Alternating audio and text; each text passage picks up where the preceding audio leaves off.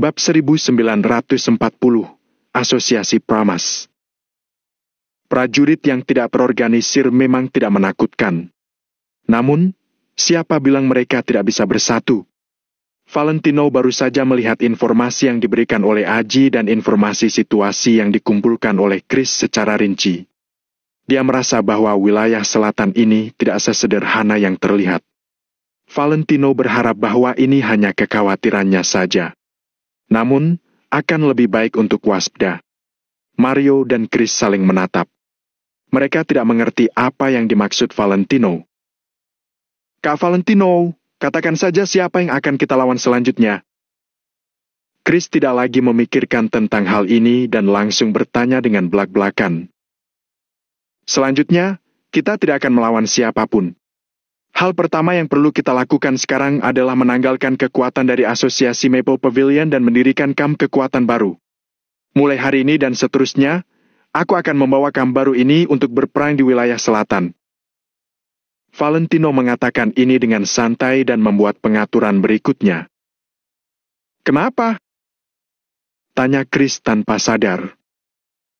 Bukankah kamu sudah bilang bahwa kamu tidak bertanya apa-apa dan hanya mendengarkan perintah? Tanya Mario. Tapi, aku masih ingin bertanya. Kata Chris sambil menggaruk kepalanya. Valentino melirik Chris, lalu berkata, tentu saja itu karena pasukan luar negeri itu pasti tahu bahwa Asosiasi Maple Pavilion ini adalah milikku. Jadi, aku tidak bisa menggunakan kekuatan Asosiasi Maple Pavilion untuk bertarung dengan mereka secara terbuka. Kalau kita mendirikan kamp baru, ini akan membuat penilaian mereka tidak begitu akurat.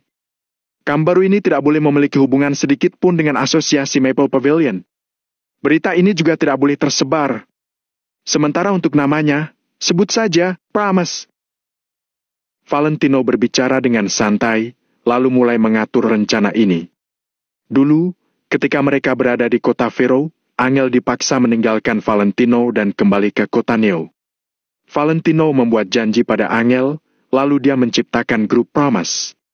Valentino mengatakan bahwa ketika grup Pramas menjadi terkenal di kota Vero dan bahkan menyebar hingga ke kota Neo, itu akan menjadi saat ketika dia, Valentino Wijaya, kembali ke kota Neo. Kemudian, dia menepati janjinya. Kali ini, Valentino berharap dia masih bisa memenuhi janjinya pada Angel.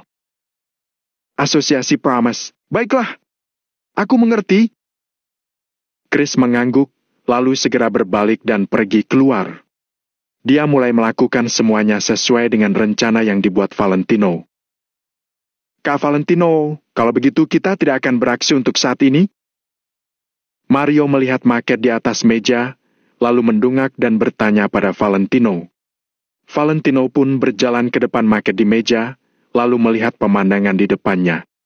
Kamp tempat Asosiasi Maple Pavilion awalnya berada, sekali lagi diperluas di atas maket di meja. Setelah menghabiskan 5 tim pasukan, kamp mereka tentu saja akan tumbuh menjadi lebih kuat. Jangan bergerak untuk sementara waktu ini sampai kamp baru didirikan. Kelima pasukan itu baru saja kita hancurkan, jadi orang-orang di luar pasti dalam kondisi waspada. Tidak bijaksana kalau kita melawan mereka pada saat ini. Setelah mereka berada dalam kondisi waspada penuh, mereka pasti akan mengalami periode kelelahan. Pada saat itu, sudah waktunya bagi kita untuk menyerang mereka lagi. Aku akan memikirkan rencana pertempuran lagi. Valentino mengusap pelipisnya, lalu berbalik kembali ke kamarnya untuk beristirahat. Di kamp Asosiasi Maple Pavilion, banyak orang sedang beristirahat. Selain itu, dalam waktu 1 hari, situasi di segitiga emas tiba-tiba berubah. Dalam semalam saja, 5 pasukan diberantas habis. Hal ini jelas bukan masalah sepele. Dalam sekejap, seluruh kekuatan besar maupun kecil, semuanya dalam keadaan waspada. Selain itu, tingkat peringatan bahaya di kamp dinaikkan hingga ke tingkat tertinggi, jadi tidak ada yang berani menyepelekan hal ini. Di tempat di mana yang kuat yang menang seperti ini, jika mereka tidak bersikap waspada, mereka mungkin akan dihancurkan sampai tidak bersisa oleh musuh. Berita tentang Valentino yang sudah menghancurkan total kekuatan-kekuatan ini sama sekali tidak bisa dibendung. Banyak kekuatan yang menebak siapa sebenarnya yang melakukan semua ini. Beberapa orang bahkan berspekulasi bahwa kelima kekuatan itu berselisih kepentingan dan kemudian saling menyerang. Namun, meski dalam pertikaian besar seperti itu, tidak mungkin semua orang akan terbunuh, kan? Oleh karena itu, beberapa orang menduga bahwa ada kekuatan lain yang menyerang dan menghancurkan semua kekuatan ini. Namun, siapa sebenarnya yang memiliki kekuatan sebesar itu? Saat semua orang menebak-nebak, mereka melihat ke tempat sekitar yang dekat dengan kelima kekuatan itu. Akhirnya, mata semua orang terkunci pada asosiasi Maple Pavilion. Namun, asosiasi Maple Pavilion relatif stabil selama periode waktu ini dan tidak pernah mengambil inisiatif untuk bertarung. Selama orang lain tidak menggusik kepentingan mereka, mereka juga tidak akan menyerang. Kenapa mereka tiba-tiba menyerang sekarang? Banyak orang yang mencoba mencari informasi. Namun, sebelum mereka bisa mendapatkan banyak informasi, perhatian mereka tertuju pada masalah lainnya. Bawahan Tuan Nando berdiri, lalu mengumumkan sesuatu yang mencengangkan. Kami adalah bawahan Nando. Baku hantam tadi malam adalah urusan pribadi Tuan Nando. Sekarang, kami telah membunuh 4 kekuatan lainnya dan menggabungkan semuanya untuk membentuk sebuah aliansi baru. Mulai hari ini dan seterusnya, kami akan secara resmi mengubah nama kami menjadi Asosiasi Promise. Setelah bawahan Nando mengumumkan hal ini, semua orang akhirnya mengerti kebenaran dari masalah ini. Ternyata Nando yang melakukan ini. Namun, apa sebenarnya maksud Asosiasi Promise ini? Mungkinkah sisa-sisa dari pasukan lainnya telah membuat beberapa janji? Tidak ada yang bisa memahami hal ini. Namun, Asosiasi Promise ini berdiri di segitiga emas. Semua kekuatan yang ada mau tidak mau harus mengakui keberadaan mereka. Bagaimanapun, bisa membunuh 4 kekuatan dalam semalam sudah cukup untuk membuktikan kekuatan Asosiasi Promise. Pada saat ini, Asosiasi Promise, sebuah kekuatan baru, telah berdiri di segitiga emas. Namun, di segitiga emas, karena kamu telah membentuk kekuatanmu sendiri, kamu harus siap untuk menghadapi badai masalah. Jika kamu berani membentuk kekuatan sendiri, kamu harus memiliki kekuatan untuk mempertahankannya. Jika tidak, kamu akan segera tersingkir. Di tempat ini, ada lebih banyak pemangsa daripada mangsanya. Jika ada satu kekuatan lagi yang akan bersaing dengan mereka, keuntungan dari kekuatan yang sudah ada akan berkurang. Oleh karena itu, banyak kekuatan yang diam-diam sudah membuat rencana. Pertama-tama, mereka akan mencari tahu kekuatan Asosiasi Promise ini terlebih dahulu, lalu mencari kesempatan untuk menghancurkannya secara langsung. Banyak kekuatan besar dan kecil yang ingin mencoba. Perhatian mereka juga berhasil teralihkan. Selanjutnya, mereka pasti akan memikirkan cara untuk mengincar Asosiasi Promise. Tepat ketika beberapa kekuatan yang tidak bisa menahan diri ini mulai bergerak, Asosiasi Maple Pavilion muncul. Aku adalah ajudan Lexi dari Asosiasi Maple Pavilion. Sekarang, aku akan memberitahu pada kalian semua bahwa Asosiasi Promise akan segera aku hancurkan. Kalau ada yang mengganggu, aku akan menghajar kalian sampai tidak bersisa. Ketika Asosiasi Maple Pavilion mengeluarkan pengumuman ini, kekuatan lainnya langsung berhenti beraksi. Bagaimanapun, Asosiasi Promise adalah lawan yang ditargetkan oleh Asosiasi Maple Pavilion. Siapa yang akan berani menyentuh mereka? Terlebih lagi, Asosiasi Maple Pavilion sudah melakukan ini. Hal ini bisa dianggap memperjelas hubungan mereka dengan Asosiasi Promise. Haha! Asosiasi Promise ini baru saja berdiri, tapi mereka akan langsung hancur.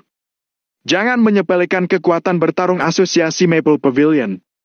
Jangankan Asosiasi Promise yang baru didirikan, bahkan meski target Asosiasi Maple Pavilion adalah kekuatan lain yang sudah stabil, mereka mungkin juga tidak dapat bertahan. Hei, baguslah kalau begitu. Ayo kita duduk saja dan melihat pertarungan ini dengan tenang. Haha! Setelah Asosiasi Maple Pavilion mengumumkan hal ini, banyak kekuatan yang mulai mengendurkan kewaspadaan mereka.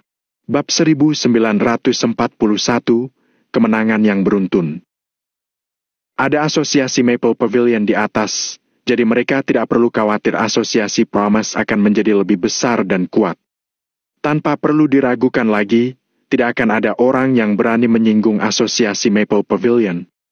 Setidaknya di segitiga emas, kekuatan pertempuran asosiasi Maple Pavilion pasti berada di 3 besar.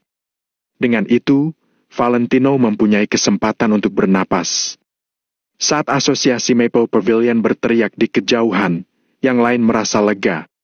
Dalam keadaan seperti ini, Valentino bisa meluncurkan serangan mendadak pada mereka kapan saja. Selain itu, jika mereka tidak bertindak untuk sementara, itu juga memberi Valentino lebih banyak waktu untuk menyusun rencana. Hari demi hari berlalu. Pada hari pertama, orang-orang yang menunggu asosiasi Maple Pavilion mengirim pasukan untuk menaklukkan asosiasi Pramas tidak mendengar suara pertempuran. Pada hari kedua, suasana masih tenang. Pada hari ketiga, asosiasi Maple Pavilion masih belum berniat bergerak. Saat ini, banyak orang yang mulai merasa gelisah. Mungkinkah asosiasi Pramas telah mencapai kesepakatan dengan asosiasi Maple Pavilion? Pada malam hari ketiga, Valentino memulai pertempuran keduanya. Valentino memiliki 20.000 prajurit. Semuanya bergerak dan berpakaian ringan. Malam ini, tempat ini sekali lagi terjadi peperangan. Suara tembakan tak kunjung berhenti. Saat ini, beberapa orang yang diserang itu baru paham kalau asosiasi Pramas sangat tangguh.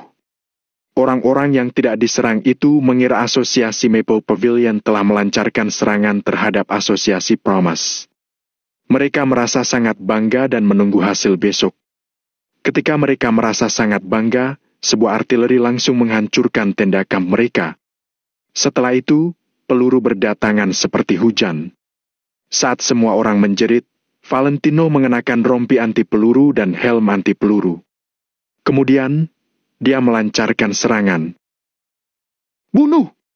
Tidak perlu berbelas kasihan di medan perang! Bunuh! Saat Valentino menembak, dia langsung menjatuhkan lebih dari belasan orang. Dia juga tidak berhenti berteriak dengan marah. Namaku Valentino Kusuma. Kalau mau hidup, berlututlah padaku.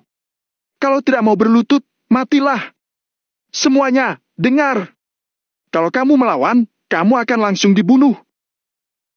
Valentino menendang mangkuk api, kemudian api langsung berkobar. Saat api tersebut mengenai tumpukan kayu kering, api itu menjadi makin besar. Tuan, aku berlutut. Aku berlutut. Banyak orang di sisi lain tidak berani melawan. Mereka pun buru-buru berlutut untuk menyerah.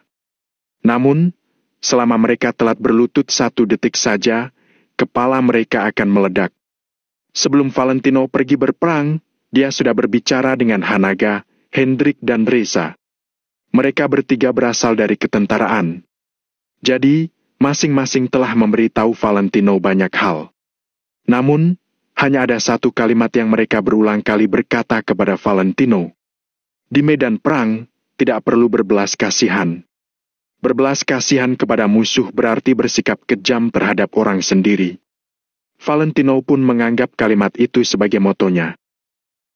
Sekarang, aku akan memberi kalian 1 jalan keluar. Yang berada di barisan depan, pergi ke kamp berikutnya dan menjadi pasukan garda depanku. Kuberitahu kalian, kalau aku melihat ada orang yang berlari selangkah lebih lambat, ada senapan mesin di belakang yang sedang menunggu kalian. Setelah Valentino menaklukkan sebuah kamp, para prajurit itu langsung antara dibunuh atau ditangkap.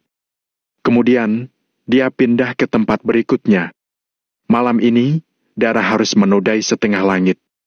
Jalan Valentino menuju perang sudah sepenuhnya terbuka. Valentino juga melakukan babak pelatihan baru dalam pertempuran demi pertempuran ini. Dia sudah berubah. Bahkan membunuh orang pun terasa sangat santai. Di dalam negara juga terus terjadi kabar baik. Keesokan harinya, Reza, Yanuar dan yang lainnya berkumpul lagi. Dulu Yanuar berkata kemenangan pertama Valentino bukanlah apa-apa. Perjalanannya masih panjang sebelum dia bisa benar-benar membersihkan wilayah selatan. Oleh karena itu, beberapa hari ini, Yanuar selalu pergi ke tempat Reza untuk menunggu laporan pertempuran Valentino. Begitu Yanuar duduk, beberapa prajurit sudah datang untuk melapor.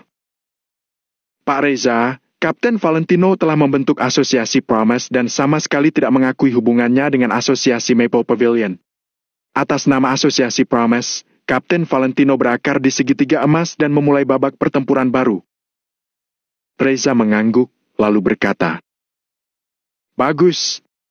Dia tidak mengakui hubungannya dengan asosiasi Maple Pavilion untuk membingungkan pasukan luar negeri. Bagus, bagus. Ada kabar baik. Pak Reza, pukul 8 malam kemarin, Kapten Valentino memimpin 20.000 pasukan untuk menyerang Naga Kuning. Kapten Valentino menaklukkan kamp asosiasi Maple Pavilion Selatan sebesar 10 km.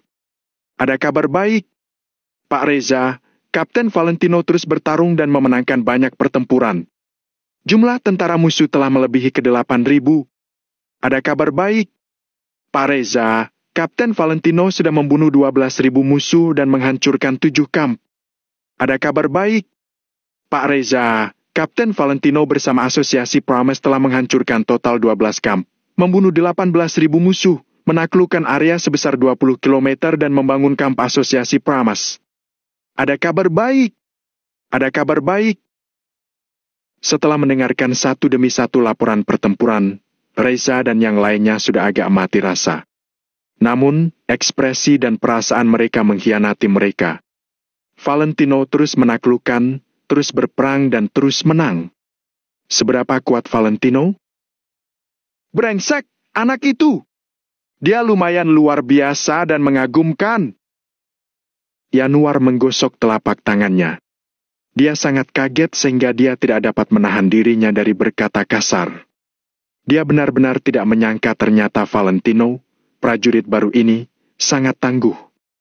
Valentino tidak hanya bertarung di setiap pertempuran dengan cara yang mengejutkan, tapi dia juga meminimalkan kerugian. Tidak hanya itu, dia juga dapat memikirkan setiap detail rencana dengan sempurna, nyaris tanpa kesalahan. Itu benar-benar mengejutkan.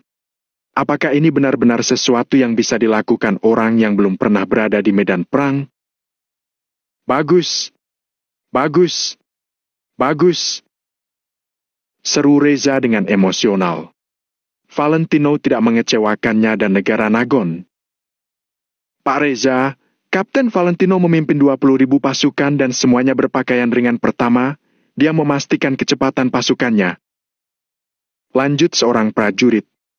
Mereka ingin menganggap apa yang telah dilakukan Valentino sebagai kode etik. Apa? Peluru mereka terlalu sedikit. Bagaimana mereka bisa mengalahkan begitu banyak kamp? Dalam sekejap, Yanuar pun kebingungan. Jenderal Yanuar, setiap kali Kapten Valentino menaklukkan kamp musuh, dia akan menggunakan peralatan musuh untuk mengisi senjata timnya. Kemudian, dia menyuruh prajurit musuh menyerah dan menjadi pasukan garda depannya untuk menyerang kamp berikutnya. Dengan cara itu, dia dapat memastikan keamanan prajuritnya. Setiap prajurit yang datang melapor sangat takjub. Metode Valentino sangat kejam. Namun, itu sangat cocok untuk medan perang. Kasar dan efektif. Bagus. Bagus. Reza sangat senang saat mendengar itu. Dia pun langsung memberi perintah. Sampaikan perintahku. Aku akan menaikkan pangkat Kapten Valentino. Sekarang dia adalah mayor. Tidak ada keberatan dengan perintah Reza. Valentino layak mendapatkan kehormatan itu untuk pertempuran yang telah dia menangkan. Bab 1942, berjalan selangkah demi selangkah. Aji berdiri tegak, kemudian menjawab. Baik.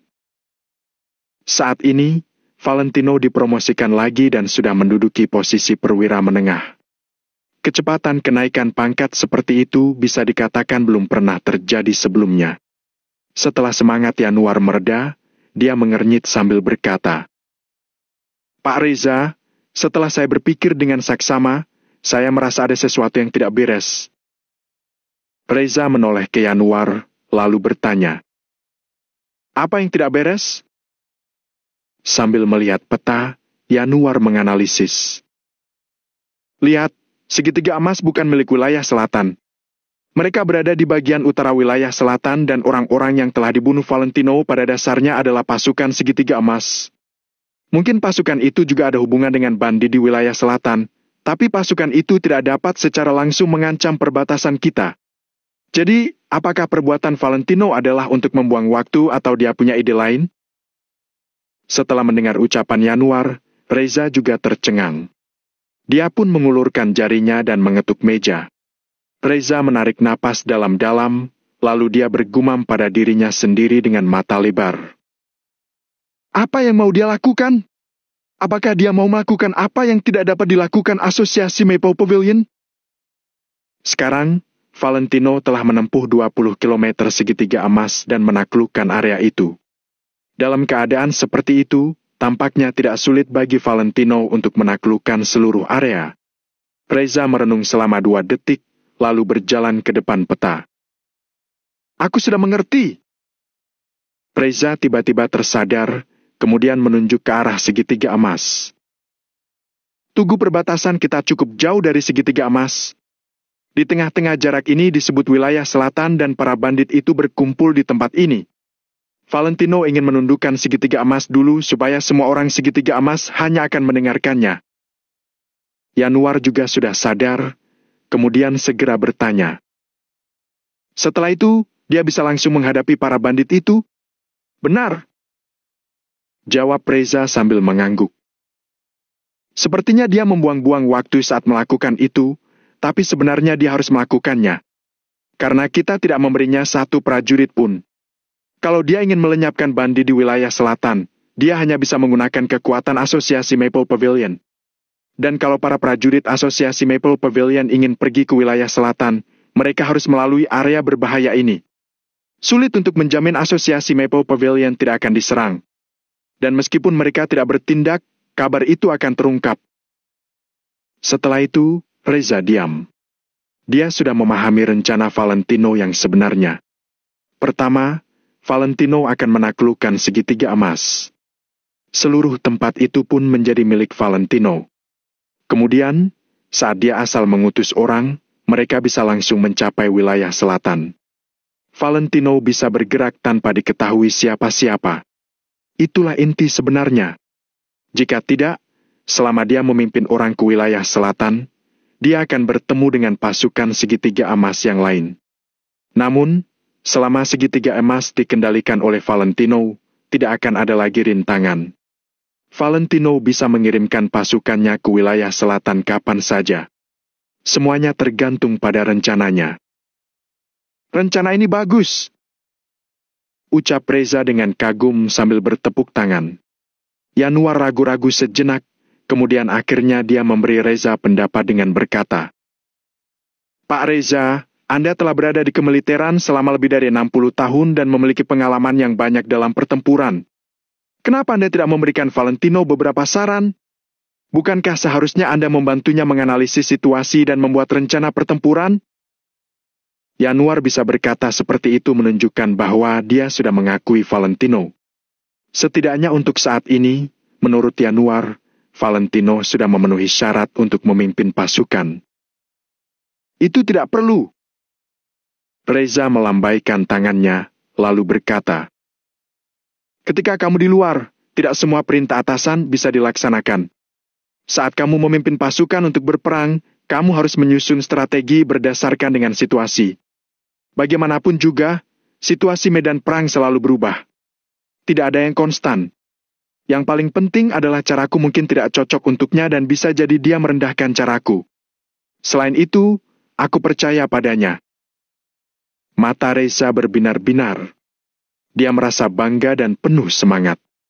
Semua kekhawatirannya telah menghilang.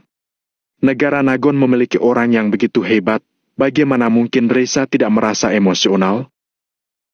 Pak Reza, prajurit segitiga mungkin mudah dikalahkan, tapi para bandi di wilayah selatan berbeda dengan prajurit segitiga emas.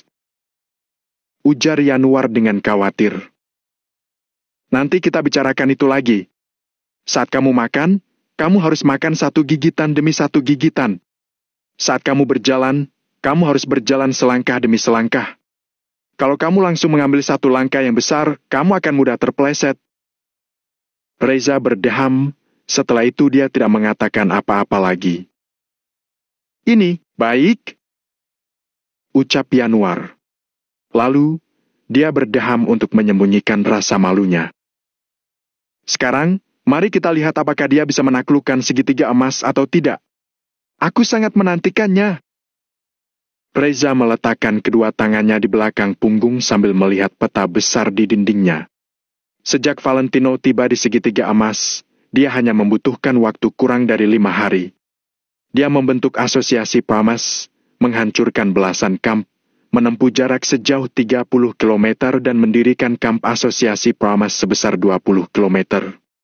Sekarang, pasukan yang tersisa pun panik. Banyak orang bahkan mulai memikirkan cara untuk menghubungi asosiasi Maple Pavilion. Bukankah katanya mereka akan menyerang asosiasi Pramas? Sekarang kenapa asosiasi Pramas makin kuat, sementara asosiasi Maple Pavilion belum menunjukkan hasil apapun? Asosiasi Maple Pavilion menjawab hanya dengan satu kalimat. Mereka pasti akan menyerang, tapi belum waktunya. Setelah melihat sikap asosiasi Maple Pavilion, beberapa pasukan yang pintar sudah mengerti. Asosiasi Pramas pasti telah memberikan asosiasi Maple Pavilion banyak keuntungan, makanya asosiasi Maple Pavilion menutup sebelah mata, kan? Asosiasi Maple Pavilion pasti telah menerima keuntungan dari asosiasi Pramas, jadi mereka tidak menyerang asosiasi Pramas. Aku ingin melihat apakah asosiasi Pramas akan menelan asosiasi Maple Pavilion atau tidak setelah mereka menjadi besar. Jangan bicara tentang asosiasi Maple Pavilion lagi. Apa yang harus kita lakukan? Mari bekerja sama. Kalau kita tidak bekerja sama, kita akan mati. Ya, jumlah orang asosiasi Pramas paling banyak hanya ke-30.000. Kalau kita bekerja sama, jumlah kita melebihi mereka 2 kali lipat. Akan mudah bagi kita untuk mengalahkan mereka. Pasukan yang tersisa pun segera membentuk aliansi. Aliansi ini tentu saja dibentuk untuk menyerang asosiasi Pramas milik Valentino. Saat seluruh pasukan mereka sedang mempersiapkan diri dari serangan asosiasi Pramas yang berikutnya. Asosiasi Pramas menghilang lagi dan tidak melakukan apapun. Mereka seolah-olah tidak siap untuk melanjutkan perang. Dalam situasi yang mencurigakan ini, beberapa pasukan itu merasa penasaran. Jadi, mereka diam-diam mengirim pasukan untuk mencari tahu. Namun, tidak ada pasukan yang dikirim kembali. Mereka pergi dengan sangat percaya diri. Namun, tidak sampai 2 jam, mereka sudah hilang. Begitu satu pasukan pergi, mereka tidak kembali. Di kamp asosiasi Pramas, Valentino melihat para tawanan itu sambil tersenyum sinis. Berani-beraninya mereka memata-matai asosiasi Pramas. Kebetulan, Valentino juga sedang menunggu mereka jatuh ke dalam perangkapnya. Datang satu, tangkap satu. Datang dua, tangkap kedua-duanya. Bab 1943, tidak menunduk adalah dosa terbesar. 2 hari kemudian, pasukan itu tidak berani mengirim siapapun lagi. Yang benar saja. Begitu mereka mengirim satu tim, mereka langsung hilang kontak dengan tim itu setelah 2 jam. Kemudian, mereka akan mengirim tim lain untuk mencari. Namun, dalam 2 jam, mereka akan hilang kontak lagi.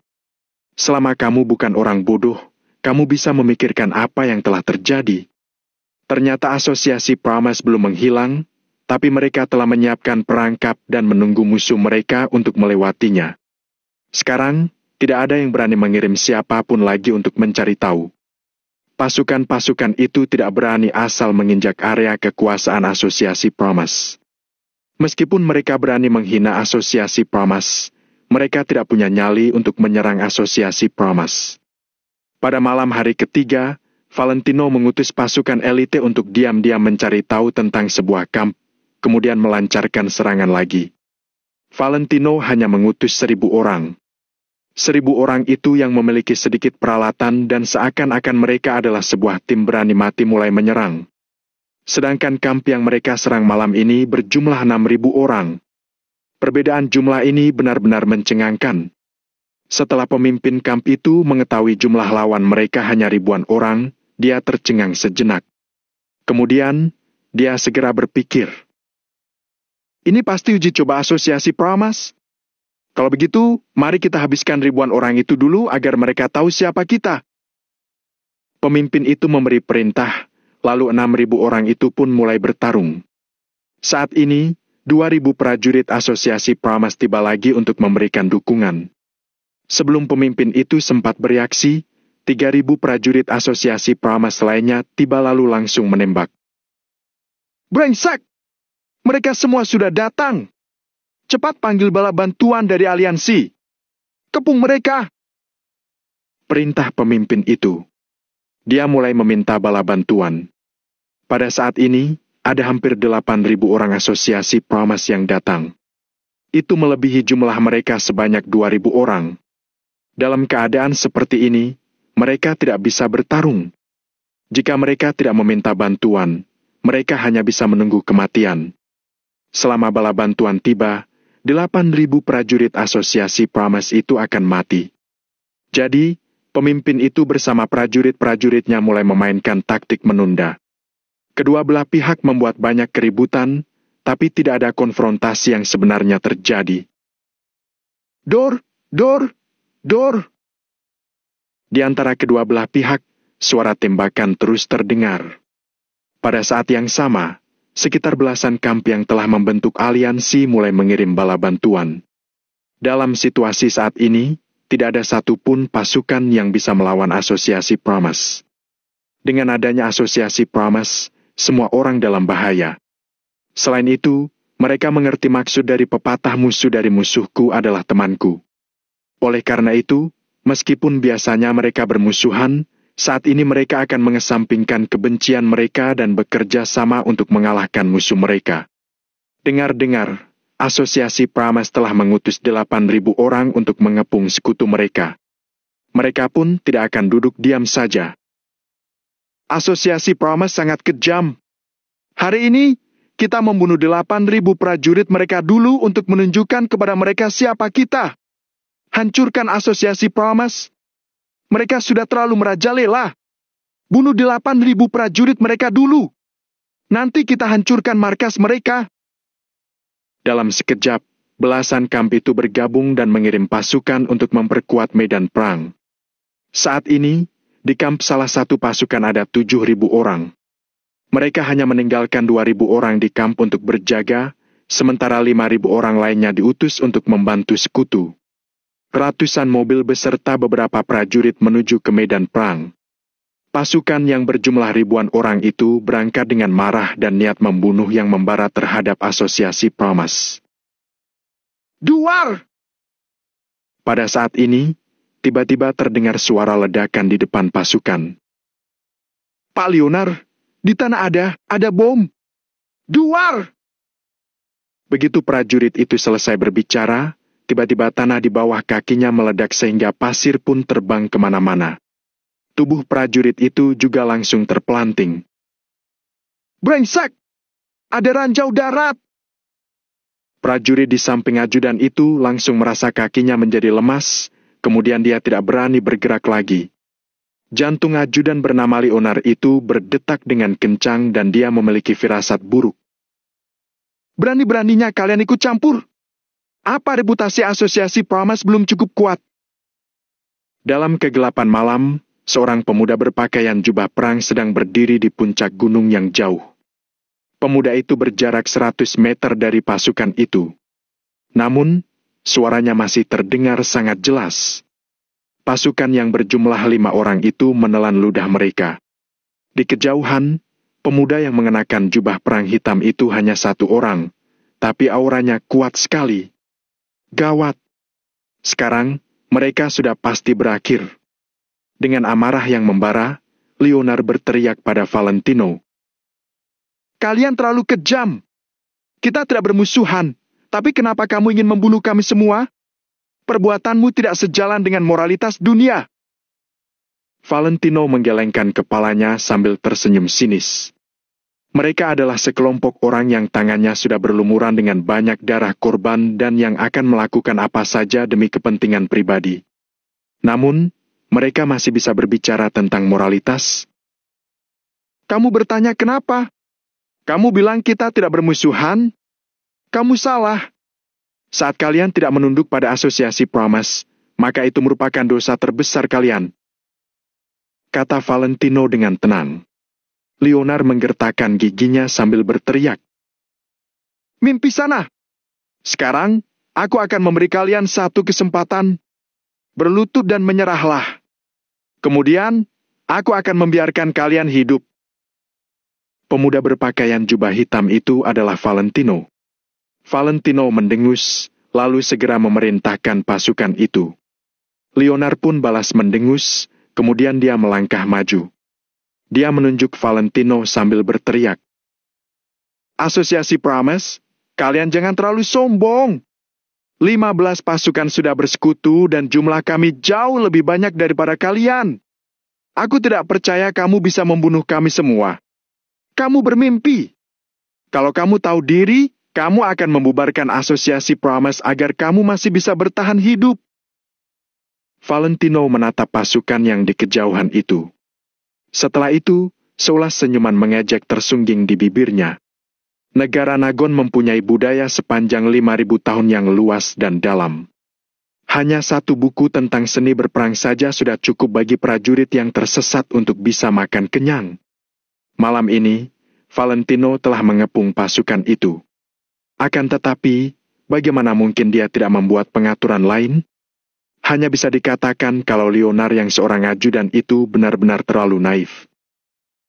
Karena kalian merasa reputasi asosiasi Promise tidak bisa menakutkan kalian. Kalau begitu, kalian mati saja. Bunuh mereka. Valentino yang memakai jubah perang tiba-tiba mengangkat sebuah bendera perang yang besar. Bendera perang itu berkibar ditiup angin dan menambah suasana mencekam di tengah angin malam. Di bendera perang yang berkibar tertiup angin itu terdapat tulisan Promise. Pinggiran tulisan itu terdapat zat neon yang membuatnya terlihat sangat mencolok di malam yang gelap. Bunuh! Dalam sekejap, teriakan keras tiba-tiba datang dari segala arah. Fu! Angin bergemuruh dan suara pembunuhan mengguncang langit. Suara pembunuhan yang berisik itu membuat ajudan dari 5.000 orang itu gemetar hebat. Sialan! Semuanya, serang! Asosiasi Promise terlalu kejam. Ayo, kita lawan mereka. Leonard mengangkat senjata apinya, kemudian menembak ke arah Valentino. Dor! Dor! Dor!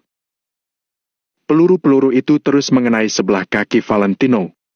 Tatapan mata Valentino tampak sangat menyeramkan dan menghina. Kalian bahkan tidak memiliki kualifikasi untuk bertarung mati-matian denganku. Bab 1944, sudah terlambat. Setelah Valentino selesai berbicara, dia mengambil walkie-talkie-nya, lalu memerintah. 2.000 prajurit yang di belakang, serang! Pasukan yang di kiri dan kanan akan membantu. 1.000 prajurit yang di depan, bersiap-siap untuk bertempur. Bunuh mereka! Dorong mereka ke ladang ranjau darat. Setelah Valentino memberi perintah, 2.000 prajurit berdarah besi langsung menyerang keluar dari belakang musuh. Semuanya, tembak! Peluncur artileri sudah disiapkan. Sudut sudah disesuaikan. Tembak! Kamp yang berisi 2.000 orang itu memiliki aura sebanyak 8.000 orang. Suara pembunuhan itu mengguncang dunia dan menakuti semua orang. Serang balik! Serang balik! Leonard memimpin prajurit-prajuritnya dan segera memasuki keadaan bertempur. Pada saat ini, ribuan orang bercucuran pada saat yang sama dari sisi kiri dan kanan mereka. Begitu orang-orang itu muncul, mereka langsung mulai menyerang. Bagian belakang, kanan dan kiri maju secara serempak. Dalam keadaan seperti ini, Leonard dan yang lainnya tidak dapat melawan sama sekali. Karena prajurit-prajurit Valentino tidak perlu khawatir tentang apapun. Mereka hanya perlu terus menembak ke arah tengah. Mereka menyerang dari 3 arah sehingga musuh mereka hanya bisa melawan sambil melangkah mundur. Duar! Duar! Bam! Pak Leonard, di belakang kita ada ranjau darat. Kita tidak boleh mundur lagi. Mereka baru saja mundur sejauh kurang dari 200 meter ketika ranjau-ranjau darat di tanah itu meledak lagi. Setiap kali mereka menginjaknya, ranjau darat tersebut akan langsung meledak dan membunuh beberapa orang. Kita tetap harus pergi. Ladang ranjau itu tidak akan jauh. Pasukan berani mati, maju. Kemudian, kita menyeberangi ladang ranjau secara paksa. Setelah kita menyeberangi ladang ranjau, kita bisa bergabung dengan bala bantuan kita. Cepat! Begitu Leonard mereka memberi perintah, semua orang mulai bergerak dengan cepat. Duar! Duar! Duar! Ah! Kakiku! Duar! Duar! Duar! Ledakan terus terjadi, teriakan demi teriakan juga terus terdengar. Begitu satu orang berjalan ke ladang ranjau secara paksa, setidaknya sebanyak 1.000 orang tewas. Selain itu, formasi mereka sudah menjadi kacau karena ladang ranjau itu. Hal itu pun memberi Valentino kesempatan yang bagus. Prajurit-prajurit Valentino melancarkan serangan dari belakang, sisi kiri dan kanan pada saat yang sama sehingga ribuan musuh terbunuh lagi. Kita sudah keluar. Pak Leonard, kita sudah keluar. Cepat, cepat, terus berlari.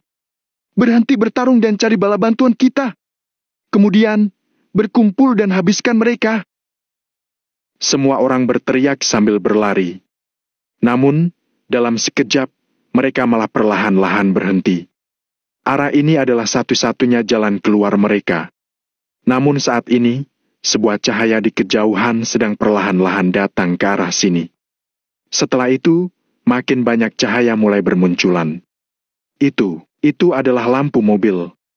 10, 100, ratusan.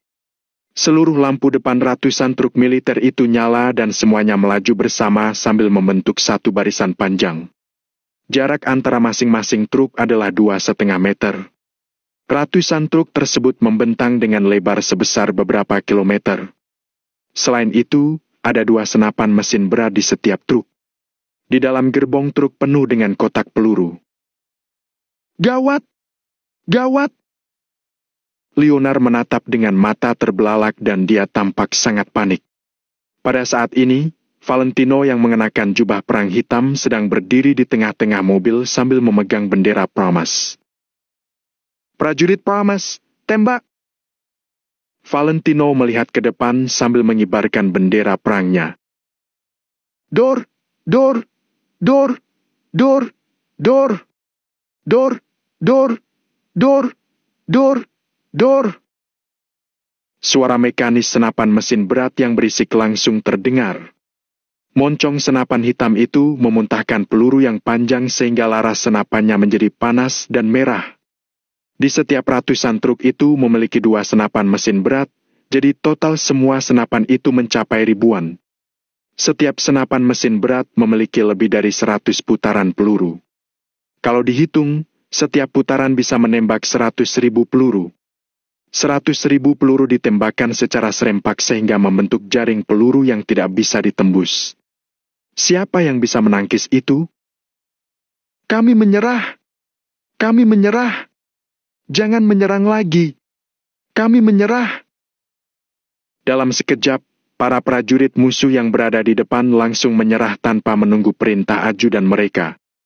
Valentino, yang berpakaian jubah perang hitam dan kedua tangannya diletakkan di belakang punggung, sedang melihat kejauhan dengan raut wajah yang datar dan tanpa sedikit pun rasa kasihan. Ketika kalian berani menyerang perbatasanku, seharusnya kalian sudah memikirkan kalau kalian pasti akan mengalami akhir seperti ini. Bunuh mereka semua. Perintah Valentino lagi dengan tatapan mata yang menakutkan. Ratusan truk yang memiliki senapan mesin berat itu mulai maju dengan perlahan. 1.000 senapan mesin berat itu seperti penggilas jalan yang bisa menghancurkan segalanya. Mereka pun menembak tanpa ampun. Para prajurit dari 3 arah lainnya juga menyerang secara seragam. Kemanapun para prajurit musuh melihat, itu adalah musuh mereka. Api berkobar dan pertempuran membara. Seluruh pertempuran berlangsung kurang dari 5 menit. Ribuan orang yang berada di seberang pun jatuh tersungkur secara serempak. Angin malam meniup bau darah yang kuat. Pemandangan di depan bagaikan neraka. Kemanapun kamu melihat, kamu akan melihat warna merah darah. Lengan dan anggota badan berserakan di mana-mana. Pasti tidak ada yang selamat.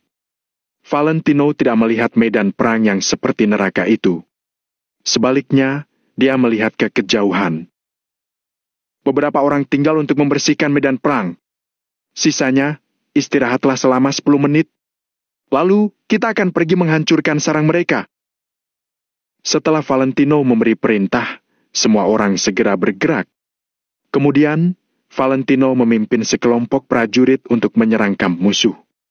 Saat ini, kamp musuh hanya tersisa 2.000 orang. Mereka sama sekali tidak bisa melawan, jadi ada yang dibunuh dan menyerah. Hal-hal seperti itu terjadi di lebih dari belasan tempat. Rencana Valentino untuk mengepung bala bantuan cukup sempurna. Dia mengepung kamp pertama, kemudian dia menyusun rencana penyergapan di kamp sekutu terdekat. Sebenarnya, 8.000 prajurit di tempat itu hanyalah umpan. Penyergapan ini adalah medan perang yang sebenarnya. Tujuan Valentino adalah memusnahkan bala bantuan. Untuk mencapai sejauh ini, dia pasti harus didukung dengan sejumlah besar pasukan. Lagi pula, menghancurkan belasan kamp sekaligus jelas bukan hal yang mudah. Namun, Asosiasi Pramas mengandalkan bos Asosiasi Maple Pavilion. Bagaimana mungkin mereka akan kekurangan orang? Selama Asosiasi Maple Pavilion tidak jatuh, maka di mata orang lain, Asosiasi Pramas memiliki aliran pasukan yang lancar. Mengenai kenapa Asosiasi Pramas mempunyai begitu banyak orang, mereka pasti tidak akan mengerti. Setengah jam kemudian, lebih dari belasan kamp sudah dihancurkan. Valentino memberi perintah dari kejauhan. Lebih dari belasan pasukan itu pun berkumpul, kemudian mereka pergi ke kamp paling pertama yang dikepung. Pada saat ini, di dalam kamp yang dikepung oleh 8.000 orang yang diutus oleh Valentino. Tuan, kenapa bala bantuan kita belum datang? Ya, apa mereka tidak mau peduli dengan kita lagi? Para bajingan itu hanya pandai berbicara. Di luar cuma ada 8.000 pasukan Asosiasi Pramas, tapi mereka sudah ketakutan. Saat mereka sedang marah-marah, beberapa sosok mulai muncul dari segala arah. Ribuan, puluhan ribuan orang. Semua orang berkumpul secara serempak dari segala arah. Teman-teman, bala bantuan kita sudah datang. Serang! Cepat! Semuanya, keluar dari kamp dan serang! Setelah perintah itu dilontarkan, semua prajurit di kamp langsung berlari keluar. Bab 1945, mereka yang melawanku akan mati. Dalam sekejap, sebuah bola meriam mendekat dari kejauhan. Mereka yang melihatnya pun secara spontan berhenti bergerak. Si pemimpin kamp juga tertegun sejenak, kemudian buru-buru berteriak dengan panik. Sial, salah informasi. Seharusnya mereka menyerang yang di seberang, bukan kita. 30.000 tentara Asosiasi Pramasku sudah tiba, cepat berlutut dan sapa mereka dengan sopan. Valentino naik ke atap mobil sambil mengangkat bendera Asosiasi Pramas, lalu berseru dengan kencang. Dengarkan baik-baik. Siapapun yang mendengar perintahku akan hidup makmur, sedangkan yang melawanku akan mati. Wash! Ribuan tentara di kamp lawan langsung kehilangan pijakan mereka. Ternyata, orang-orang ini bukan bala bantuan mereka. Sebaliknya, mereka malah datang dari Asosiasi Pramas. Lalu, bagaimana dengan bala bantuan mereka? Bala bantuan mereka. Apakah mereka memang tidak datang atau telah dibunuh oleh para tentara Asosiasi Pramas? Asosiasi Pramas? Asosiasi Pramas? Asosiasi Pramas? Siapapun yang mendengar perintahku akan hidup makmur, sedangkan yang melawanku akan mati. Asosiasi Pramas? Asosiasi Pramas? Asosiasi Pramas? Siapapun yang mendengar perintahku akan hidup makmur, sedangkan yang melawanku akan mati. Seketika, semua orang menyerukan seruan yang mengguncang langit secara seragam. Valentino memimpin pasukan yang terdiri dari 30.000 orang. Kalau ditambah dengan jumlah anggota lama, jumlah mereka saat ini mencapai 38.000 orang. 38.000 orang ini meneriakkan Asosiasi Pramas secara serempak hingga suara mereka mengguncang langit. Ribuan tentara di kamp lawan langsung ketakutan. Perbedaan kekuatan sebesar ini terlalu menakutkan. Kalau mereka masih bersikeras melawan, itu namanya bodoh, bukan setia kawan. Kami menyerah. Kami menyerah. Kami bersedia untuk selalu setia kepada asosiasi Promas. Dalam sekejap, ribuan tentara pihak lawan membuang senjata api mereka dan berlutut untuk memohon belas kasihan. Valentino yang sedang memegang bendera perang asosiasi Promas hanya melontarkan tatapan sedingin es. Penggal pemimpin mereka! Biarkan dulu sisanya untuk saat ini. Dengan satu perintah dari Valentino, kepala pemimpin kamp lawan pun langsung dipenggal. Tidak ada yang berani menantang Valentino. Suara tembakan perlahan-lahan berhenti. Kini, hanya ada bau darah yang makin lama makin pekat. Di pertempuran hari ini, belasan kamp lawan itu awalnya berencana bekerja sama untuk melawan asosiasi Promas.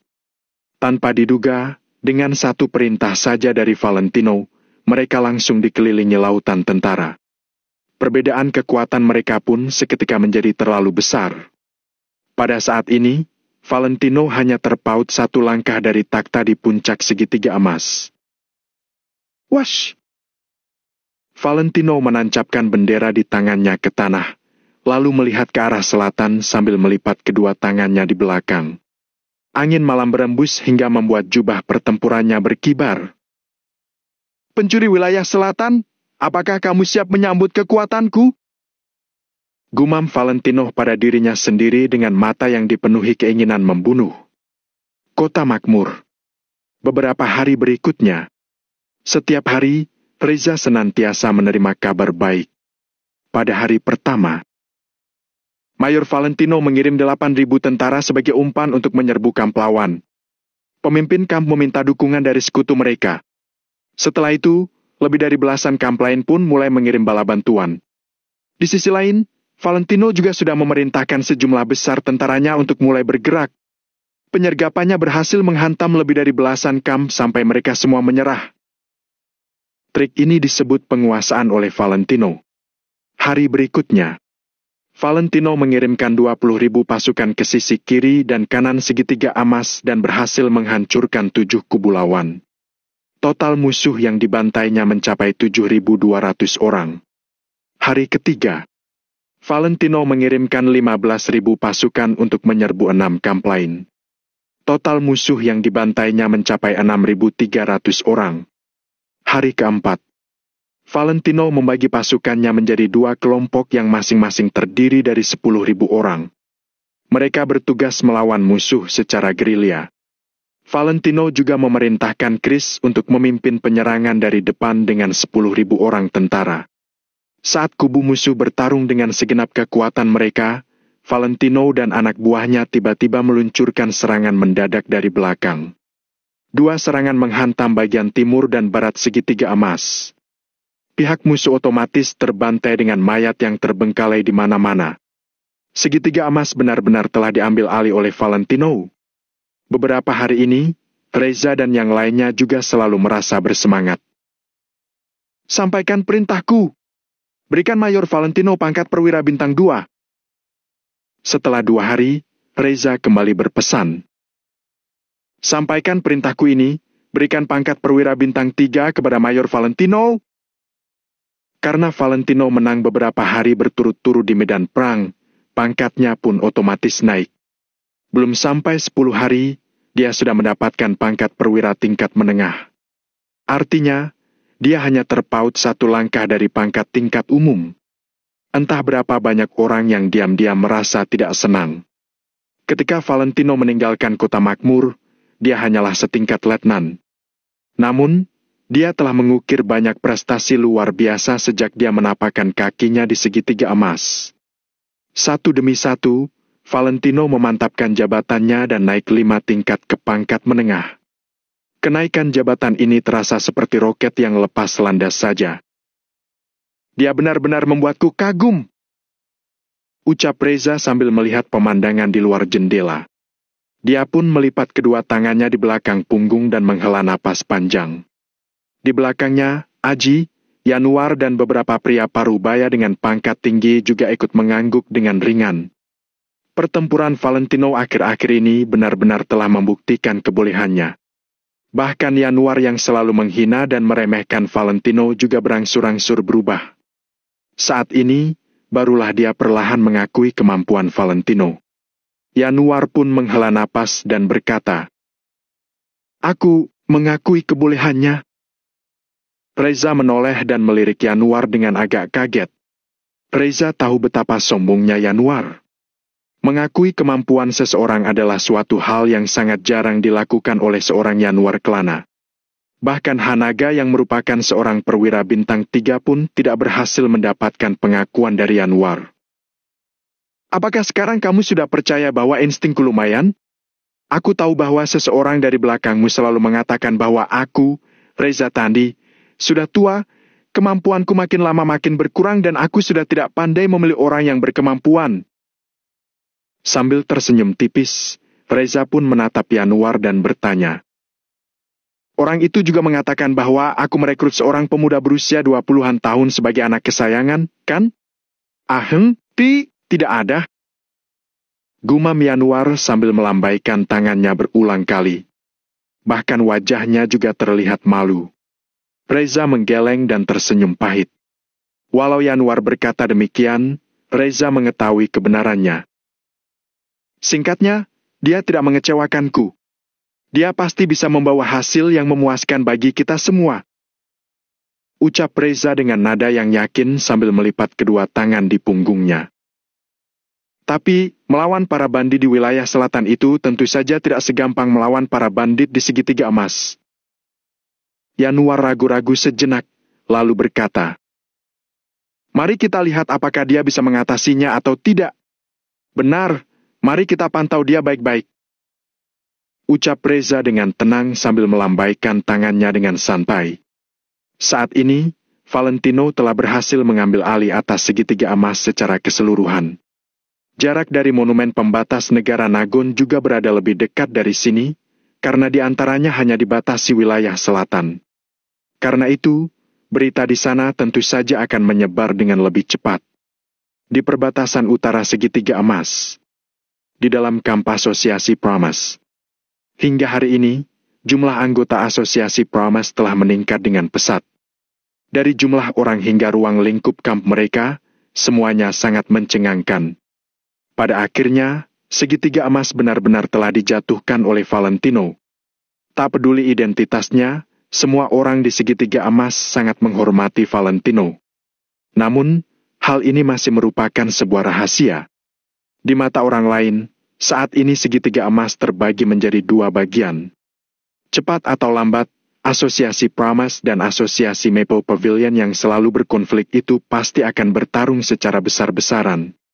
Lagi pula, orang-orang itu tidak tahu bahwa asosiasi Maple Pavilion dan asosiasi Pramas sebenarnya berasal dari keluarga yang sama. Saat Valentino berhasil mengambil alih atas segitiga emas setelah waktu yang cukup lama, barulah dia mengembuskan napas panjang. Namun, embusan napas ini bukan embusan napas lega, melainkan embusan napas biasa. Valentino tahu bahwa pertempuran yang sebenarnya baru saja dimulai. Menaklukkan segitiga emas hanyalah pembukaan.